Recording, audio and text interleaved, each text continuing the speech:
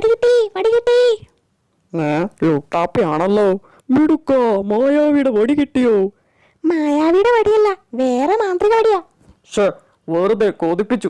പുട്ടാലി അമ്മാവന്റെ ഗുഹയിൽ നിന്ന് കിട്ടിയതാ. ഒന്ന് ടെസ്റ്റ് ചെയ്തേക്കാം. മന്ത്രം എവിടെടാ? അടിപൊളി മന്ത്രമാ.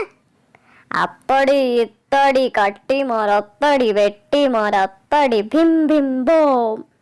ഇവനെ തടിയാക്കാം. ഹിഹി ഹിഹി, ഒത്തടാ ഒത്തു. കിട്ടി കുട്ടൂസാ, കിട്ടി. ഡാഡിന് തള്ളയാ.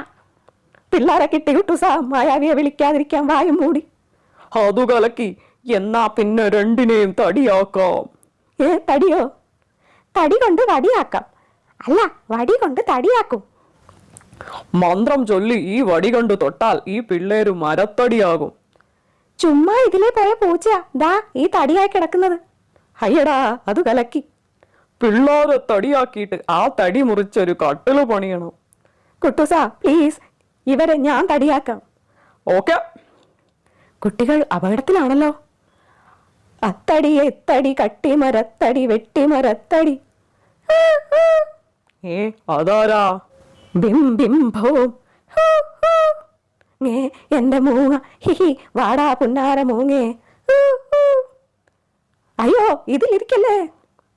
മൂങ്ങ വടിയിൽ ഇരുന്നതോടെ അമ്മോ, മൂങ്ങ തടിയായേ. ഞാൻ വടിയായേ. ഇനി നിങ്ങളുടെ കെട്ടഴിച്ചു തരാം.